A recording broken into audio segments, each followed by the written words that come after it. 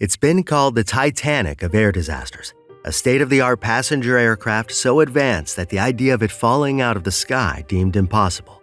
Yet on a stormy June night in 2009, Air France Flight 447, an Airbus A330, met with disaster, plummeting into the Atlantic Ocean in just 4 minutes. If these pilots were not prepared for a situation like this, it's much more than pilot error, it's system error. Blame these individuals if you like, but if you want to do that, you will be missing the entire point. This is a systemic problem the industry has got, and it's not doing anything about it. So it could happen again?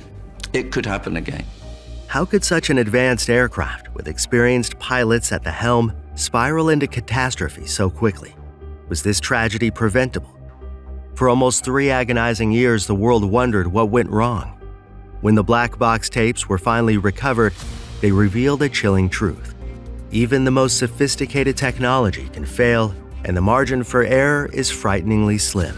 In this video, we uncover the tragic story of Air France Flight 447, examining the critical errors and failures that led to one of the deadliest aviation disasters of the 21st century.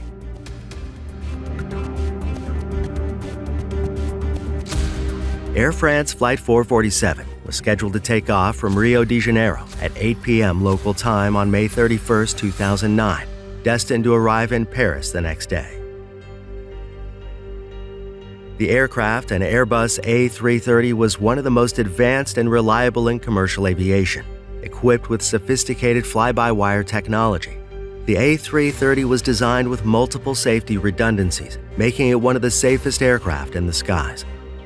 The crew was experienced and well-trained.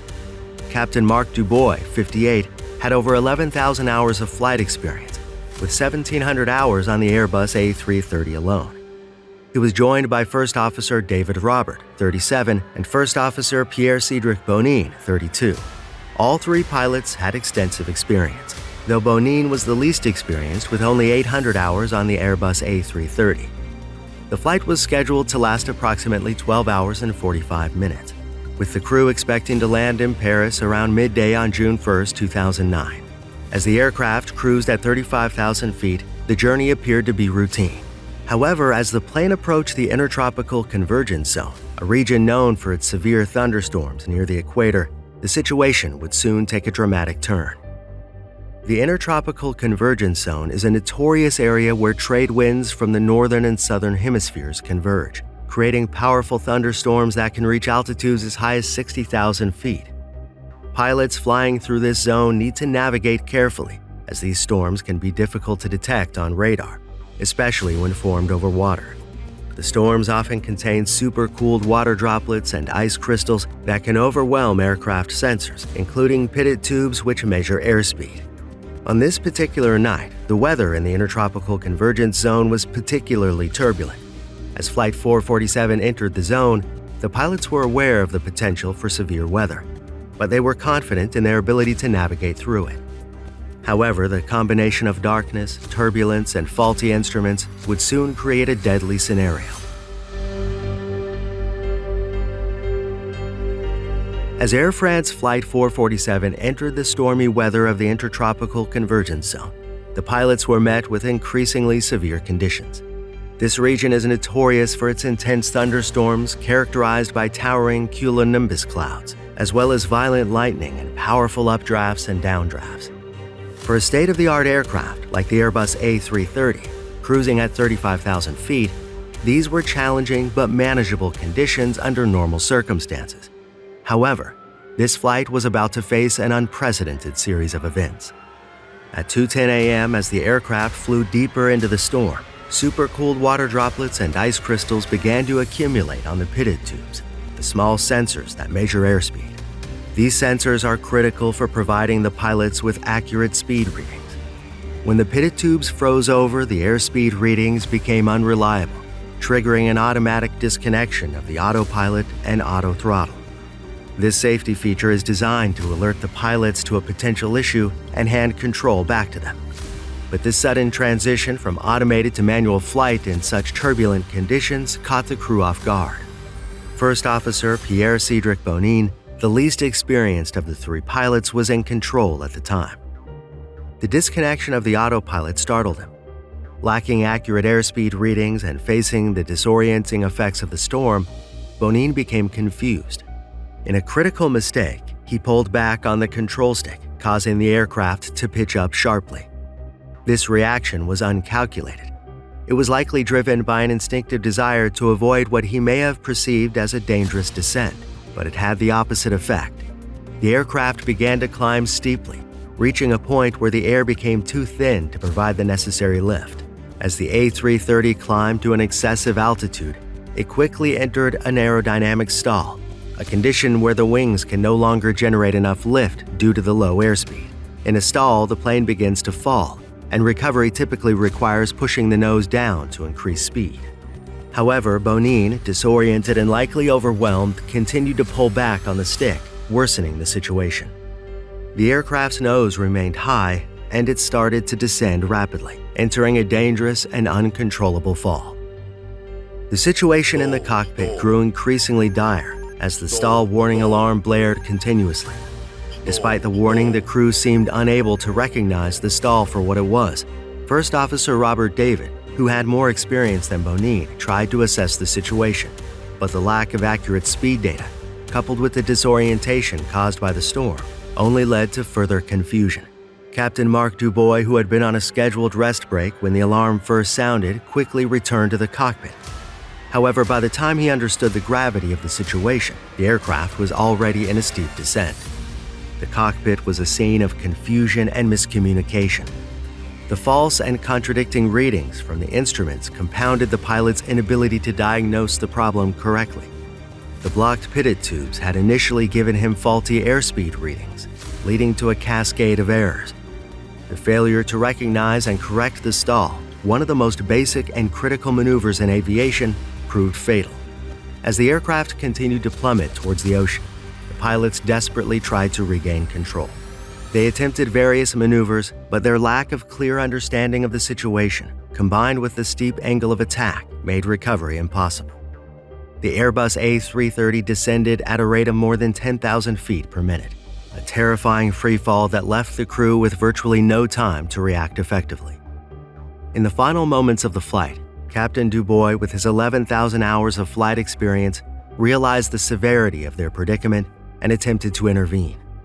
However, the altitude had been lost too quickly, and recovery was no longer an option. The aircraft struck the Atlantic Ocean at a speed of 125 miles per hour. The impact was catastrophic, and all 228 passengers and crew members on board were killed instantly.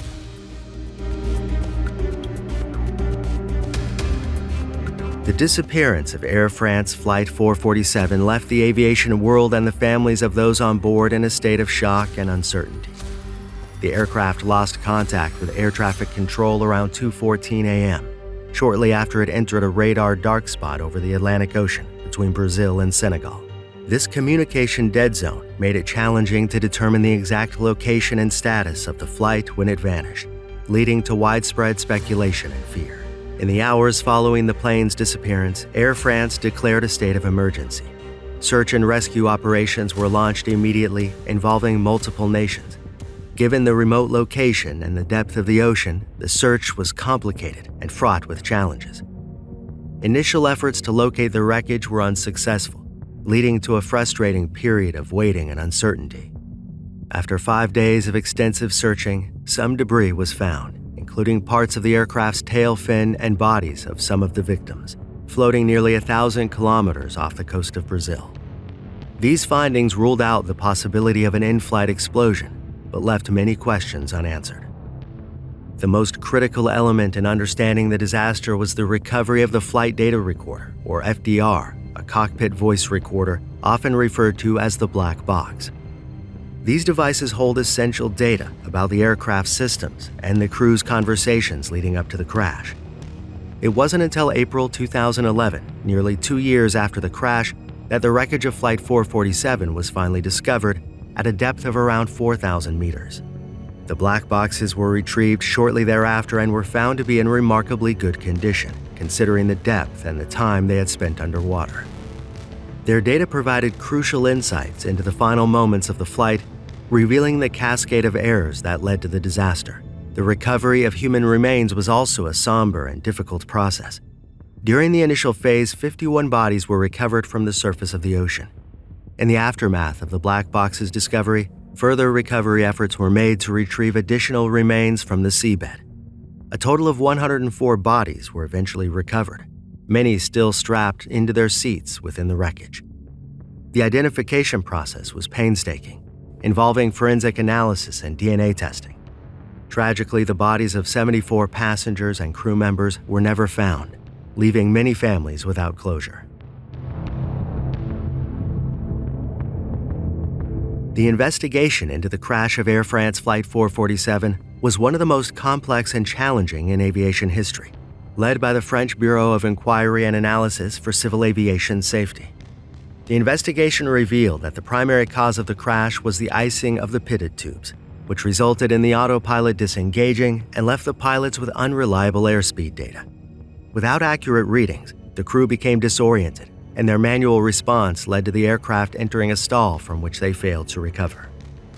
The BEA's final report highlighted critical shortcomings in pilot training, particularly in manual flying and stall recovery. The crew's actions were hindered by stress, confusion, and a lack of situational awareness, leading to inadequate handling of the emergency. This tragedy underscored the need for pilots to be better equipped to manage situations where automated systems fail, emphasizing the importance of understanding aircraft behavior and maintaining control during high-altitude stalls.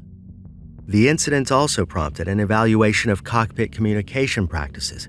The confusion and poor coordination among the crew members of Flight 447 were significant factors in the disaster. As a result, pilot training now places a stronger emphasis on clear communication and teamwork during crises. Lastly, the crash led to improvements in aircraft design and maintenance practices. The vulnerable pitot tubes on the Airbus A330 were replaced with more reliable models across the industry to prevent similar failures in the future. The legacy of Flight 447 is one of tragedy and transformation. The crash was a heartbreaking event that claimed the lives of 228 people and left a lasting impact on the aviation industry. While the crash underscored the limitations of technology and human error in aviation, it also led to significant advancements in safety protocols, pilot training, and international collaboration on search and rescue efforts. The lessons learned from this disaster continue to shape the future of aviation, ensuring that the skies are safer for all who travel them.